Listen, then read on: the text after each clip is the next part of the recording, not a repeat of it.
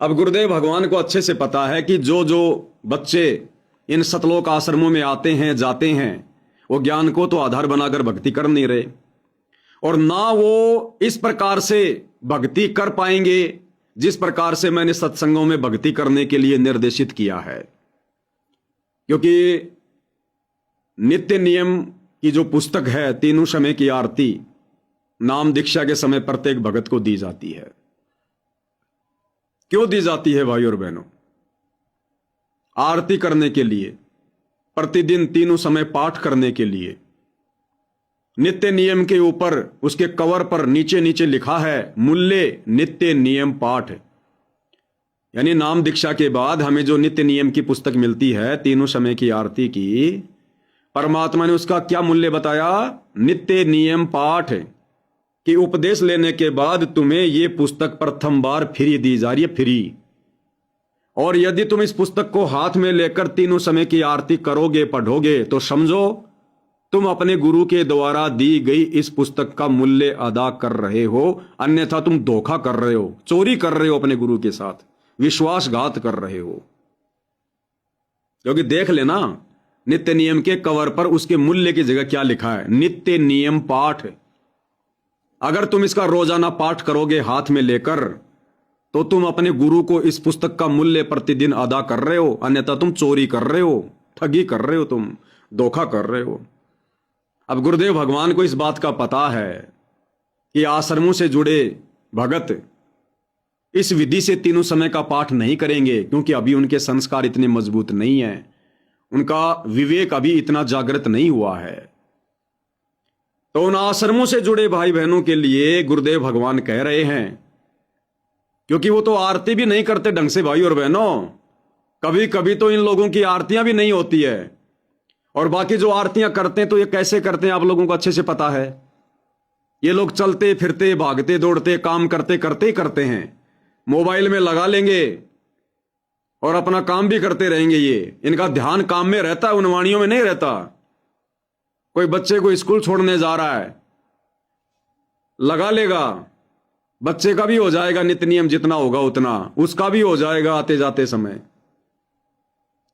कोई सुबह उठेगा, मोबाइल में नित्य नियम लगा देगा। कोई बाथरूम में घुस रहा है, कोई दूध लाने चला गया, कोई बिस्तर में लेटा हुआ है। और कई बार तो ऐसा होता है भाई और बहनों, क्योंकि शुरू में स्थिति हमारी भी यही थी, शुरू में आप और हमारी भी यही हालत थी। कई कई बार तो नित्य नियम खत्म होकर रमेणी भी चल पड़ती थी, और रमेणी भी खत्म हो जाती थी सुबह सुबह ही। बाद में पता चलता था अरे रमेणी खत्म हो गई। लेकिन आप और हमारे ऊपर परमात्मा ने दया बख्शी, मालिक ने हमारा विवेक जागृत किया, हमारा ज्ञान योग खोला, और आज हम साध संगति से जुड़कर उस विधि से भक्ति कर पा रहे हैं जिस विधि से भक्ति करने से ही हमारा बेड़ा पार होगा। ये जो मोबाइल से जो तीनों समय की आरती है, आपने कभी गौर किया है ये आरतियां क्यों दी हमें भगवान ने मोबाइल में डाल के? अरे शुरू में परमात्मा ने मोबाइल में मेमोरी कार्ड में ऑडियो वीडियो में आरती डाल के भक्तों को नहीं दी, क्योंकि ये भक्ति का नियम नहीं है, भक्ति का विधान नहीं है। आरती हमेशा भक्ति बोध को हाथ में लेकर ही करनी होती है, अपने मुख से शब्द बोलकर ही करनी होती है। ये ऑडियो वीडियो से आरती सतगुरु रामपाल जी ने डीवीडी में डालना, मेमोरी कार्ड में डालना, सीडी में डालना, यह कब शुरू किया? करोथा आश्रम बनने के बाद, 1999 के बाद। अरे सतगुरु रामपाल जी तो 1994 से भक्तों से आरती करवा रहे हैं। तो 1994 से लेकर 1999 के बीच में 6 साल तक जितने भी भक्तों ने सतगुरु रामपाल जी से उपदेश लिया था, बताओ कौन सा ऑडियो वीडियो से आरती करते थे? वो सबको भक्ति बोध दी जाती थी, सबको भक्ति बोध। और गुरुदेव भगवान उस आरती के वीडियो में हमें क्या दिखा रहे हैं? गुरुदेव भगवान खुद भक्ति बोध हाथ में लेकर बैठकर आरती कर रहे हैं। आप और हमें संदेशा दे रहे हैं कि जिस प्रकार मैं एक भगत की भूमिका निभाते हुए भक्ति बोध पुस्तक को हाथ में लेकर आरती कर रहा हूं तीनों समय की, और हम लोगों ने उस वीडियो को ही आरती करने का आधार बना लिया।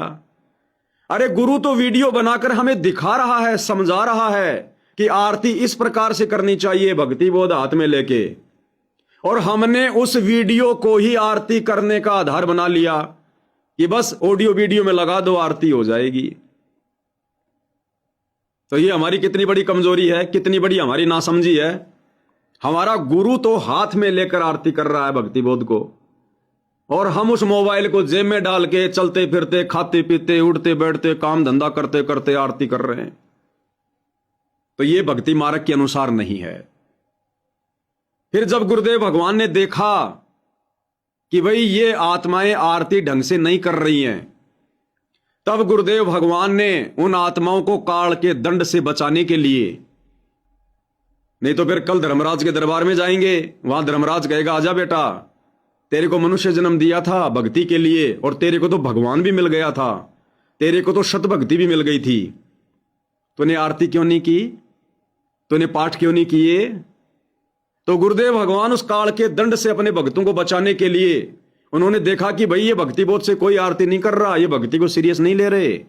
तब गुरुदेव भगवान ने वो आरती का वीडियो बनाया कि कम से कम ये नालायक चलते फिरते, काम धंधा करते करते इस मोबाइल में, इस कैसेट में डालकर ही आरती कर लेंगे। कम से कम इनकी आरती तो हो जाया करेगी, इनका विधान तो पूरा हो जाएगा तीनों समय की आरती का। और दूसरा, जो भाई बहन, जो बूढ़े हैं, जो बुजुर्ग हैं, जिनको दिखाई नहीं देता, या जो अनपढ़ हैं, जिनको ये पढ़ना नहीं आता, ऐसे भाई बहनों के लिए परमात्मा ने ऑडियो वीडियो में ये तीनों समय की आरती डाल के दी है। क्योंकि उनकी तो मजबूरी है, वो तो कर नहीं सकते, जो अनपढ़ हैं, जो ज्यादा बूढ़े हैं, जिनको दिखाई नहीं देता। तो विशेष परिस्थितियों के लिए गुरुदेव भगवान ने तीनों समय की आरती ऑडियो वीडियो में, मेमोरी कार्ड में इस प्रकार के डाल के दी है। अब आम भगत समाज ने केवल इसी आधार से आरती करना शुरू कर दिया कि गुरुजी ने मेमोरी कार्ड में डाल दी आरती, मोबाइल में डालो, तीनों समय की आरती करो। अरे फिर भक्ति बोध क्यों दे रहे हैं? अगर मोबाइल से ही आरती करनी और करवानी थी, फिर गुरुजी नित्य नियम क्यों दे रहे हैं? आरती की पुस्तक छपवा के क्यों दे रहे हैं भक्तों को? मूल्य की जगह फिर क्यों लिख रहे हैं नित्य नियम पाठ? तो भाई और बहनों, आप और हमने इन बातों को समझना होगा। अब गुरुदेव भगवान शुरुआत में ज्यादा दबाव दे दें, ज्यादा प्रेशर दे दें कि भाई आप लोगों ने भक्ति बोध से आरती करनी पड़ेगी, तो वो उन आत्माओं के संस्कार कमजोर थे, वो नहीं करते फिर भी, और नहीं करते तो गुरु के आदेश की अवहेलना हो जाती। और नाम दीक्षा लेने के बाद यदि आपने गुरु के आदेश की अवहेलना की तो आप भक्ति रहित हो जाते हो, नाम रहित हो जाते हो। तो बहुत सारे रीजन थे जिस कारण से परमात्मा ने आज से पहले दबाव नहीं दिया, खुलकर नहीं कहा, ऑडियो वीडियो में आरती डाल के दे दी। अब हमें गुरुदेव ने इतने सत्संग सुनाकर समझदार बना दिया, विवेकी बना दिया, ज्ञानवान बना दिया, अध्यात्म में विद्वान बना दिया। अब भी यदि हम उसी घिसे पिटे तरीके से आरती करते रहेंगे तो कैसे मोक्ष होगा? अरे आज हमें पता चल गया कि हम भगत हैं और भगवान कौन है? सतगुरु रामपाल जी। तो आरती कौन करेगा? आरती भगत करेगा या भगवान करेगा? आरती तो भगत ने करनी चाहिए, भगवान को सामने विराजमान करके। और जो लोग ऑडियो वीडियो से आरती कर रहे हैं, वो आरती कहां कर रहे हैं? आरती तो भगवान कर रहा है। अरे मोबाइल में कौन बोल रहा है? गरीब नमो नमो, पहली आरती हर दरबारे, सतगुरु रामपाल जी बोल रहे हैं ना। आरती बोलनी चाहिए भगत ने, और आरती बोल रहा है भगवान। इसका मतलब अभी आपने अपने गुरु को भगवान नहीं माना, अभी आपने उनको परमात्मा नहीं माना, आप तो भगवान से आरती करवा रहे हो। करनी चाहिए आरती भगत ने। तो अब परमात्मा ने हमें इतना विद्वान बना दिया, अध्यात्म में मास्टर बना दिया, अब हम ये गलती नहीं करेंगे। हम अपने गुरुदेव भगवान की आवाज में अब आरती नहीं चलाएंगे।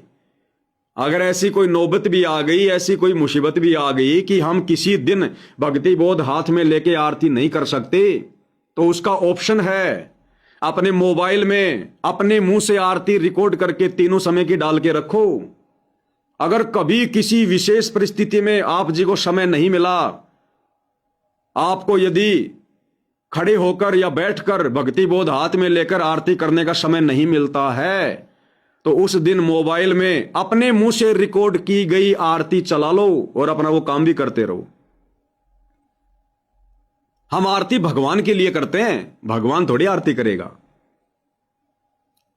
तो गुरुदेव भगवान ने कुछ सोच समझकर और विशेष परिस्थितियों के लिए उन बड़े बुजुर्ग भक्तों के लिए जिनको दिखाई नहीं देता, जो नेत्रहीन हैं, जो अनपढ़ हैं, अरे उनके लिए परमात्मा ने विशेष परिस्थितियों में ये आरती ऑडियो वीडियो में डालकर दी है।